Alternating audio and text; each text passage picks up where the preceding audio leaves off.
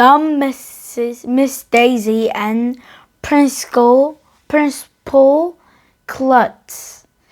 Miss Daisy said it was time for you to clear off our desks and see how much we knew about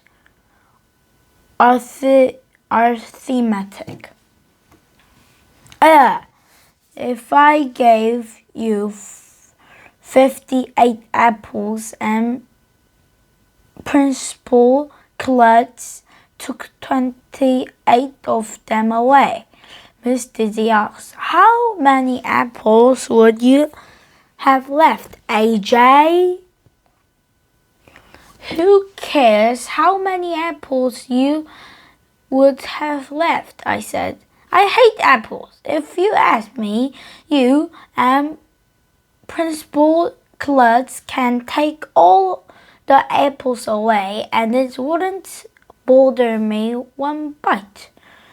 You would have 30 apples, said girl Andrea Young in the front of the class. She had a big smile on her face, like she had just opened all her birthday presents. Andrea Young thinks she's so smart. I hate arithmetic, I announced. You know what? Miss Daisy said. I hate arithmetic too. You do? Will asked. Sure.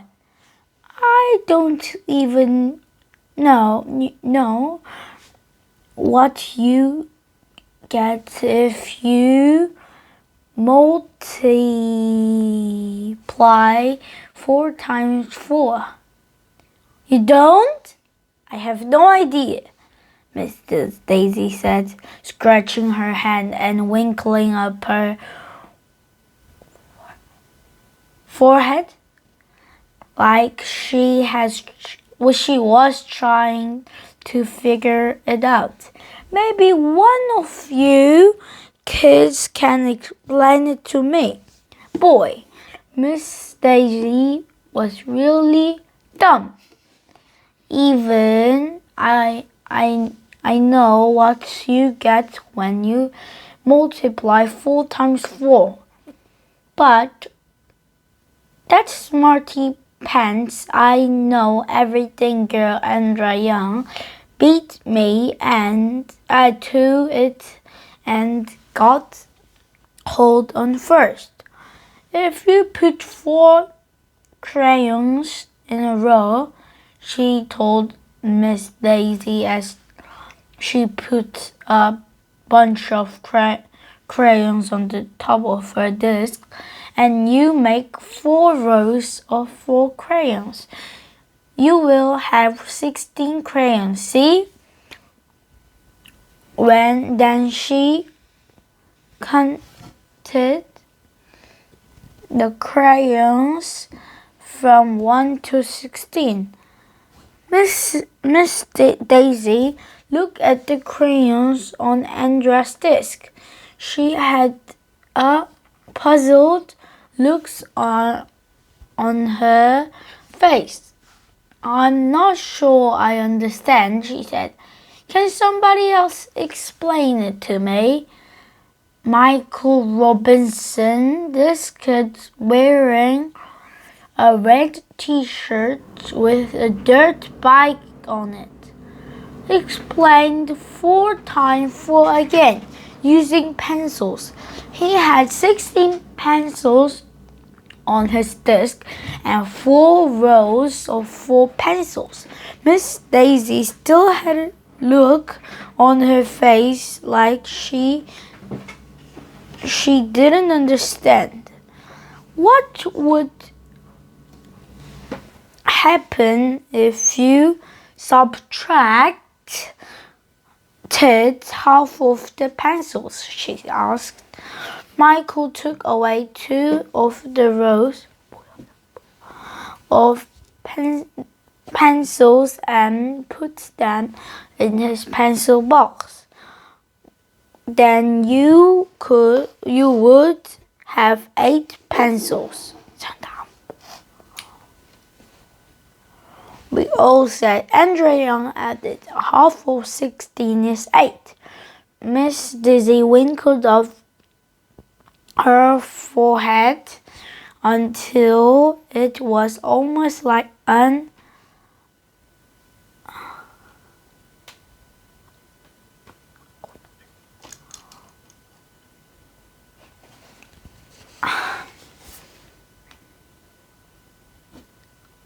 accordion. She still didn't get it.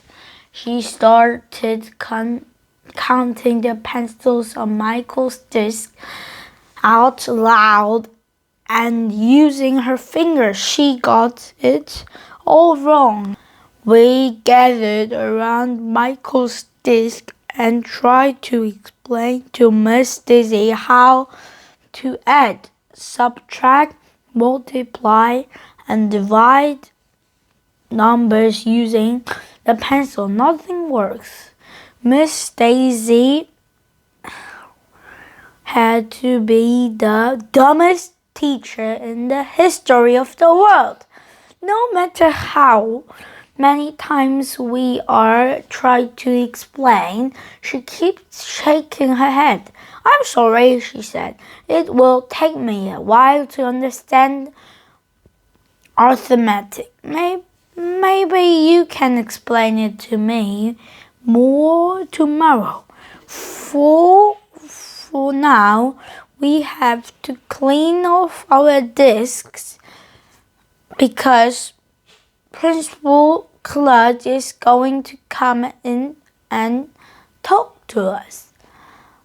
I know about principals. My friend Billy from around the corner, who was in second grade last year, told me that the principal is like the king of the school. He runs everything. Billy says that if you break the rules, you have to go to the principal's office, which is in a dungeon down in the basement.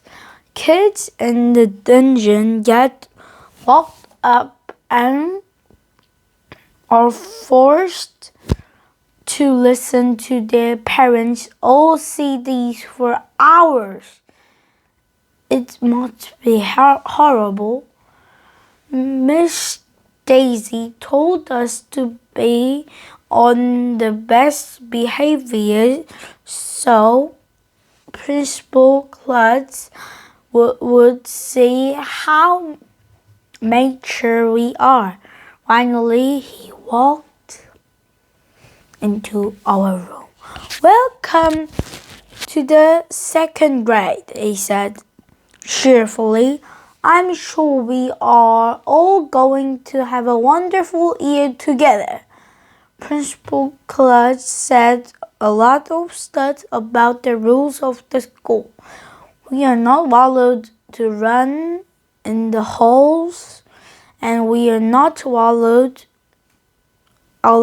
to chew gum, stuff like that. But I didn't listening very closely because I kept staring at his head. He had no hair at all. I mean, none. His head looks like a giant egg. When Principal Clutch was all done telling us the rules about the school, he asked if anybody had any question about what he had said. Did all your hair fall out of your head? I asked, or did you cut it off? Everybody laughed, even though I didn't say anything funny. Miss Daisy looked at me with a mean face. Actually, it was both. Principal Klutz replied with a chuckle. Almost all of my hair fell out on its own, so I decided to shave the rest of it off. That's the saddest story I ever heard, said this girl named Emily, and she burst into tears. Don't feel bad, Principal Klutz said. It could have been a lot worse. How? Sniffed Emily. Well, at the least of my brain didn't fall out of my head. We all laughed, even Emily. Principal Klutz was a pretty funny guy for a principal. Any other question? Did you have a dungeon in the basement where you put the bad kids? I asked. Actually, the dungeon is on the 3rd floor, Principal Klutz replied. Nobody laughed this time. He quickly told us that he was just making a joke and that he didn't even have a dungeon at all. Principal Klutz must have felt bad that we didn't think his joke was funny, because he invited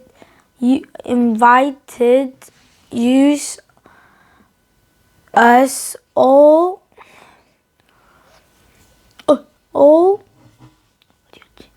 up to the front of the room to touch his bald head.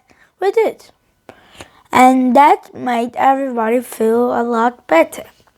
Principal Klutz seems nice, but a lot